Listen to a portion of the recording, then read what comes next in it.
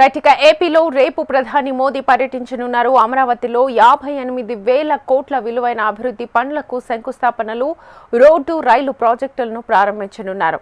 ఇప్పటికే ఎస్బీజీ ఆధ్వర్యంలో trial run పూర్తి చేశారు. తాజాగా మోదీ రాక కోసం 10 కాన్వాయ్లను ఏపీ ప్రభుత్వం సిద్ధం చేసింది. వాటిని గుంటూరు పెరేడ్ గ్రౌండ్స్ లో సిద్ధం చేశారు.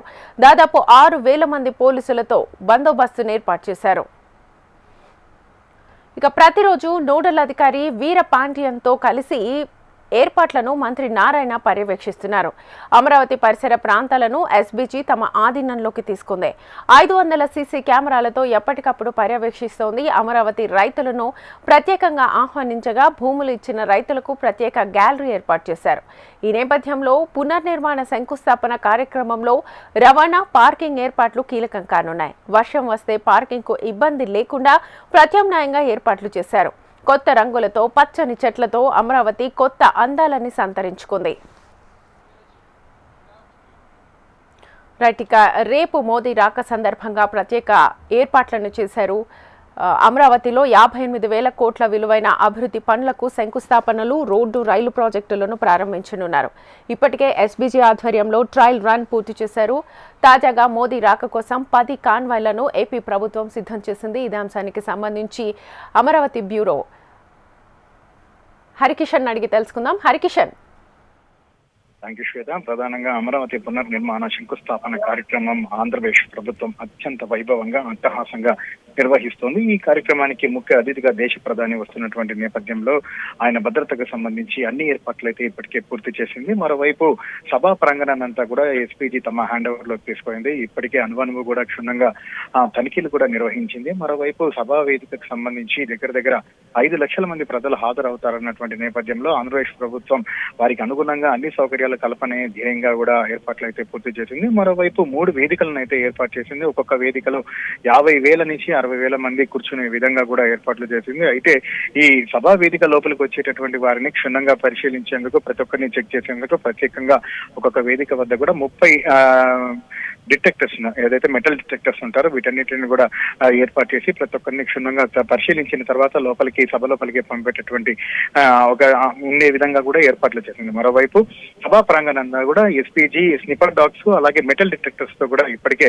పలుమార్లు కూడా తనిఖీలు క్షుణ్ణంగా నిర్వహిస్తూనే ఉన్నారు. మరోవైపు భద్రతా పరంగా ఎటువంటి చర్యలు తీసుకోవాలో ప్రతి ఒక్క చర్యలు కూడా తీసుకోవడం జరిగింది. మరోవైపు గన్నవరం విమానాశ్రయంకి ప్రత్యేక విమానం ద్వారా చేరుకున్నటువంటి నరేంద్ర మోదీ అక్కడి నుంచి కూడా ప్రత్యేక హెలికాప్టర్ ద్వారా అసెంబ్లీ ప్రాంగణానికి చేరుకుంటారు. అక్కడి నుంచి కాన్వాయ్ ద్వారా సభా ప్రాంగణానికి చేరుకుంటారు. సభా ప్రాంగణానికి చేరుకునే సమయంలో గతంలో దగ్గర 1.2 కిలోమీటర్ రోడ్ షో ఉంటుందని చెప్పేసి మొదటగా ప్లాన్ చేయడం జరిగింది. అయితే భద్రతా కారణాల దృష్ట్యా దాన్ని కంప్లీట్ గా రద్దు చేసి కేవలం కాన్వాయ్ మాత్రమే వెళ్తుంది. ఈ కాన్వాయ్ వెళ్ళేటప్పుడు కూడా ఎవరు కూడా రహదారులపైకి రాకుండా ఆ కాన్వాయ్ కి సంబంధించినటువంటి వెళ్లే రహదారిని అంతా కూడా బ్యారికేడ్లతో పూర్తిగా బంద్ చేయడం జరిగింది. దానికి సంబంధించి సెక్యూరిటీని కూడా పూర్తిగా నియమించడం జరిగింది. మరోపక్క మొత్తం అమరావతి ప్రాంతం అంతా కూడా పూర్తిగా భద్రతా దళాలతో నిండిపోయాయి. వివిధ విభాగాలకు సంబంధించినటువంటి భద్రతా దళాలన్నీ కూడా అమరావతిలో పూర్తిగా మోహరించాయి. కృష్ణా, గుంటూరు, అమరావతి ఈ ప్రాంతాన్ని అంతా జల్లెడ ఇప్పటికే పలుమార్లు కూడా జల్లెడ పట్టడం జరిగింది. మరోవైపు ఇటు ఈ ఎస్పీజీకి సంబంధించి స్పెషల్ ప్రొటెక్షన్ గ్రూప్ ఏదైతే ఉందో ఈ భద్రత దేశానికి సంబంధించినటువంటి అత్యున్నత భద్రతా సంస్థ ప్రస్తుతం అమరావతిలో మోహరించింది. ప్రధాని మోదీ భద్రతకు సంబంధించి రేపు మధ్యాహ్నం ఈయన వస్తున్నటువంటి నేపథ్యంలో అంతవరకు కంప్లీట్ గా తమ హ్యాండ్ ఓవర్ లో ఉంచుకున్నటువంటి నేపథ్యంలో ప్రత్యేక పరిస్థితుల దృష్ట్యా అంటే వారి అనుమతులు తీసుకుంటేనే అక్కడ ఏమైనా జరిగేటటువంటి అవకాశం ఉంటుంది, స్టేట్ పోలీస్ కానీ మిగతా వాళ్ళు కానీ. అయితే మరోవైపు ఈ భద్రతకు సంబంధించిన విషయాలతో పాటు అలాగే సభకు వచ్చేటటువంటి ప్రజల సౌకర్యాల కోసం ఏర్పాటు చేసినటువంటి మంత్రివర్గ ఉపసంఘం ఈ రోజు ఉదయం సమావేశమైంది. ఎటువంటి చర్యలు తీసుకుంటున్నారో వాటికి సంబంధించినటువంటి వివరాలు అధికారుల నుంచి తీసుకోవడం జరిగింది. అలాగే పలు సూచనలు, సలహాలు కూడా ఇవ్వడం జరిగింది. అయితే వీటన్నిటిని పక్కన పెడితే వాతావరణ శాఖ ఒక హెచ్చరిక అయితే జారీ చేసింది. ఇటు అంటే శుక్రవారము, గురువారము ఉరుములు, మెరుపులతో కూడినటువంటి వర్షాలు కురిసేటటువంటి అవకాశం ఉందని చెప్పేసి ముందస్తుగానే హెచ్చరించినటువంటి నేపథ్యంలో దానికి అనుగుణంగా కూడా ఏర్పాట్లు అయితే కంప్లీట్ గా చేసుకున్నారు. ఒకవేళ భారీ వర్షం కురిస్తే ఎటువంటి ఇబ్బందులు తలెత్తకుండా ఉండేలా చర్యలు తీసుకోవాలని చెప్పేసి కూడా అధికారులకు అయితే సూచించారు. దానికి అనుగుణంగా వాటర్ వాటర్ ప్రూఫ్ సంబంధించినటువంటి పెండాల్స్ వేయడం, అంటే దాని కింద ఉన్నటువంటి ఎవరు కూడా తడవకుండా ఉండే విధంగా ఇబ్బందులు లేకుండా ఉండడం. మరోవైపు ఈ సభ జరుగుతున్నటువంటి ప్రాంతం అంతా కూడా పొలాల మధ్యలో ఉంది కాబట్టి ఆ పొలాలంతా కూడా జిగటగా మారి, అంటే బురద ఎక్కువగా ఉంటుంది కాబట్టి వాహనాలు ఇబ్బంది పడేటటువంటి అవకాశం ఉంటుంది కాబట్టి సో దానికి అనుగుణంగా కూడా ఏర్పాట్లు అయితే చేయడం జరిగింది. ఇటు ప్రతి ఒక్కరు వచ్చిన వారు ఇబ్బందులు పడకుండా ఇంటికి, అంటే సభకు ఆనందంగా వచ్చి సురక్షితంగా ఇంటికి చేరుకునే విధంగా అయితే ఏర్పాట్లు కంప్లీట్ చేయాలని చెప్పేసి మంత్రివర్గ ఉపసంఘం అధికారులకైతే ఆదేశాలు జారీ చేసింది. దానికి అనుగుణంగా కూడా అన్ని ఏర్పాట్లు అయితే జరుగుతున్నాయి. మరోవైపు వైద్యానికి సంబంధించినటువంటి, అంటే వైద్య శాఖ కూడా ప్రత్యేకంగా ఇక్కడ ఏర్పాట్లు చేసింది. దగ్గర 800 మంది సిబ్బందిని అయితే ఏర్పాటు చేసి 3 హాస్పిటల్ ని తాత్కాలికంగా 10 బెడ్డెడ్ హాస్పిటల్, ఒక్కొక్క హాస్పిటల్ 10 బెడ్డెడ్ ఉంటాయి, 90 మంది స్టాఫ్ ఉంటారు. విఐపీలకు ఒక హాస్పిటల్ ఉంటుంది, కామన్ పబ్లిక్ ఎవరైతే ఈ సమావేశానికి వస్తారో వాళ్ళ కోసం 2 హాస్పిటల్స్ ను కూడా కేటాయించారు. వాటితో పాటు ప్రాథమిక చికిత్స సంబంధించి ప్రతి గ్యాలరీలో కూడా 4-5 కూడా ఏర్పాటు చేయడం జరిగింది.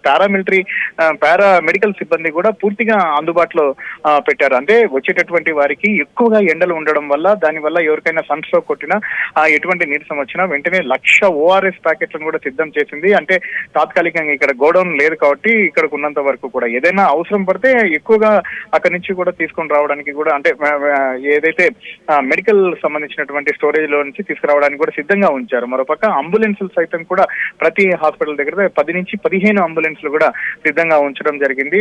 వైద్య పరంగా ఎవరికైనా ఎటువంటి ఇబ్బందులు తలెత్తకుండా ఉండే విధంగా చర్యలు సైతం తీసుకుంది. ఇక నీటి విషయానికి వస్తే, అంటే మండుతున్న ఎండలకు ప్రతి ఒక్కరు కూడా హెవీగా వాటర్ తీసుకునేటటువంటి అవకాశం ఉంది. మరోపక్క మొత్తం కూడా వైద్యులు సూచిస్తున్నారు ప్రతి ఒక్కరు కూడా ఎక్కువగా నీరు తీసుకుంటేనే ఈ వడదెబ్బ నుంచి మనల్ని మనం కాపాడుకోగలుగుతామని చెప్పేసి ఆ సూచనలకు అనుగుణంగా వచ్చేటటువంటి వారికి నీరు ముఖ్యం కాబట్టి రూరల్ వాటర్ స్కీమ్, గ్రామీణ నీటి పారుదల శాఖ, సరఫరా శాఖ ఆధ్వర్యంలో ప్రత్యేకంగా రక్షిత మంచినీటికి సంబంధించి ఇప్పటికే భారీగా కౌంటర్లను ఏర్పాటు చేసి వాటర్ అయితే రక్షిత మంచినీటిని, అలాగే ప్యూరిఫైడ్ డ్రింకింగ్ వాటర్ ని కూడా ఏర్పాటు చేసి ప్రత్యేకంగా దానికి సిబ్బందిని కేటాయించి ఇస్తుండడం జరిగింది. మరోపక్క శానిటేషన్ సిబ్బంది, పారిశుద్ధ్య సిబ్బంది, ఎందుకంటే వస్తున్నటువంటి వారందరూ కూడా ఎటువంటి చెత్త చెదారం వేయకుండా ఎప్పటికప్పటికి వాటిని క్లీన్ చేసి ఎటువంటి రోగాలు రాకుండా ఉండే విధంగా పారిశుద్ధ్య సిబ్బందిని కూడా డిప్లాయ్ చేసుకుంది. మొత్తానికి మాత్రం శాఖల మధ్య సమన్వయం చేసుకుని పిఎం సభను విజయవంతం చేసేందుకు ఆంధ్రప్రదేశ్ ప్రభుత్వం అన్ని ఏర్పాట్లు అయితే పూర్తి చేసింది.